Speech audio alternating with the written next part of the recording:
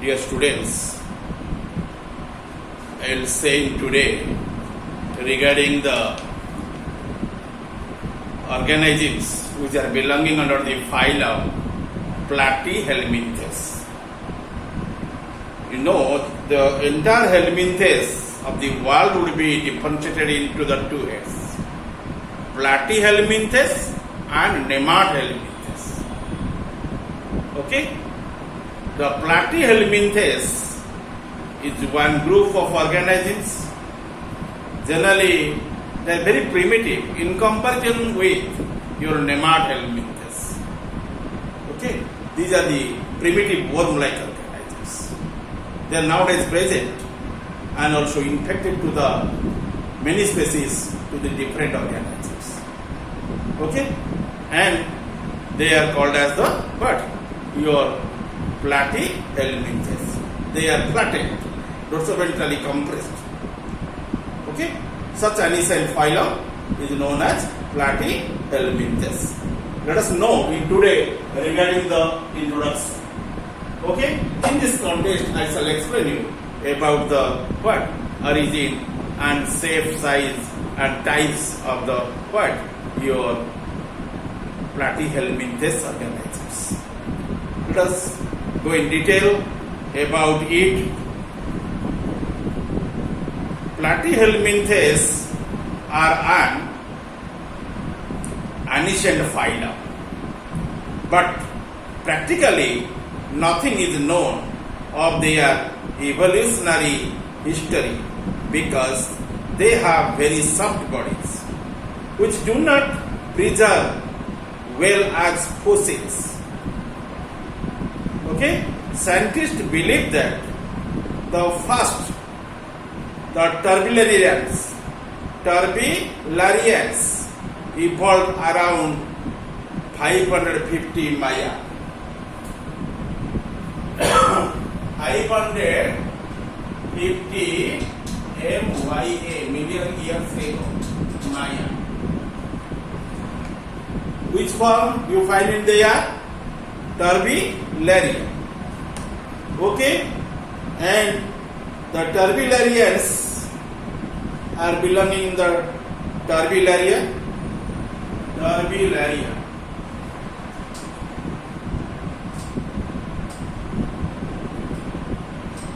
Turbillarians. Members are called as Turbillarians. Okay.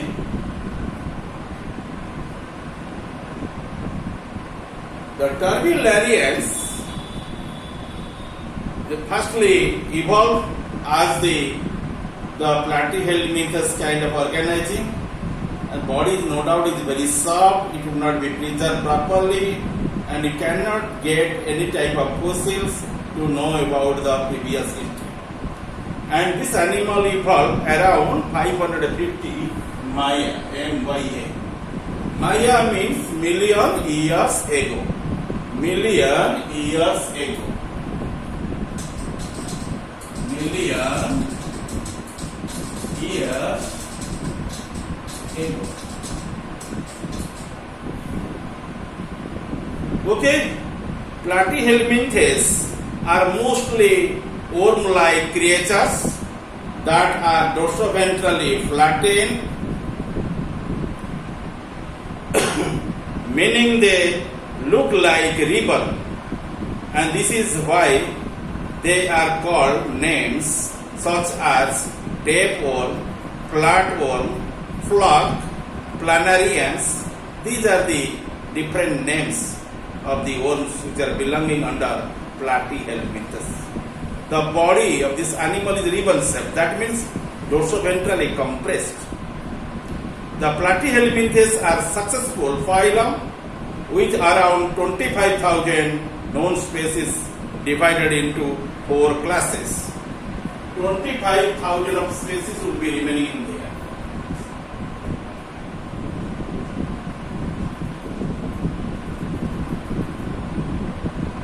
Okay? They will be remaining within the 4 different classes. 4 different classes.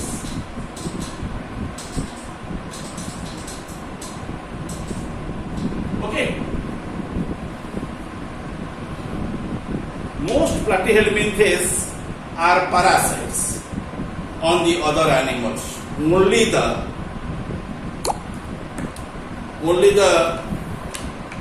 tubularians are mostly non-parasitic form.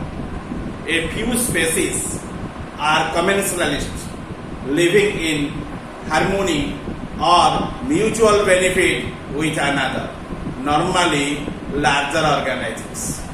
Most species feed on animals' material either as parasites or as scavengers. A very few species feed on algae. Although few of the free-living marine and your terrestrial species are very beautiful, most species are not particularly attractive to the human mind.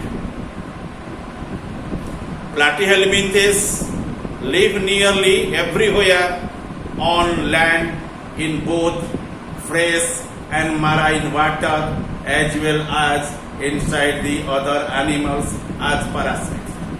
Most of the free-living species are marine, with only a small number of inhabiting fresh water and few, very few, being terrestrial in habitat. Okay? And parasitic species normally move between different habitats as they chase life cycle stages and whose number of parasitic species are of importance to mankind because they infect either our bodies or the bodies of our livestock. A few species can be fatal to humans if not treated properly, but nearly all the species can be treated with a modern medicines. Your cytostomasis or bilharzia is the most important platyhelminthes disease of the humans, causing much suffering and some death. Over the 200 million people are infected with your causative agents in the tropical countries. Okay, that is called a bilharzia. Bilharzia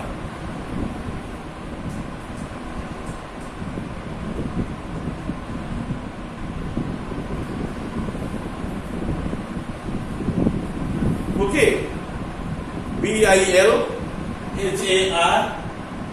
Okay, this is the Z. This form is called as ZIA. Then cherry. Z.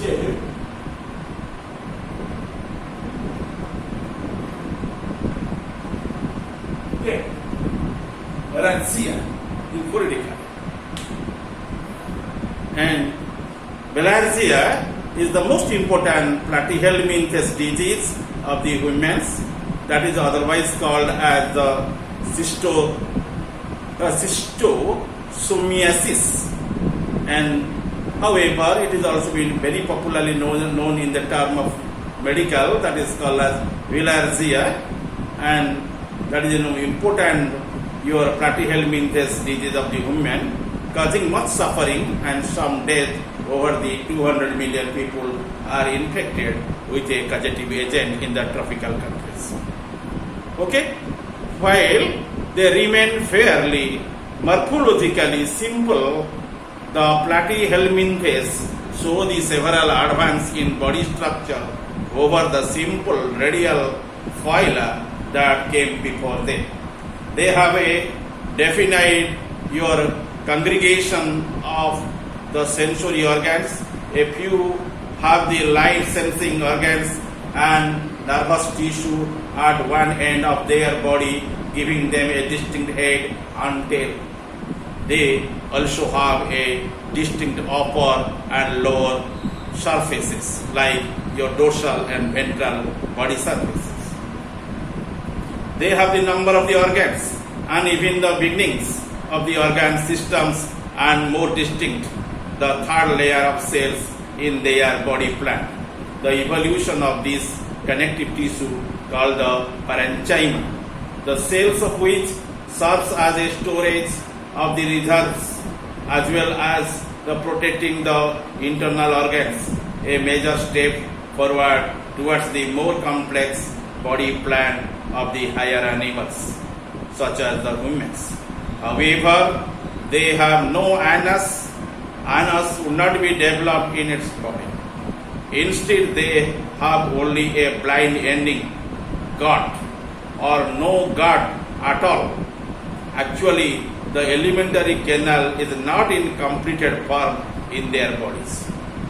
Those species with gut must therefore excrete their digestive waste products through their mouth, like your coelenterate types of animals.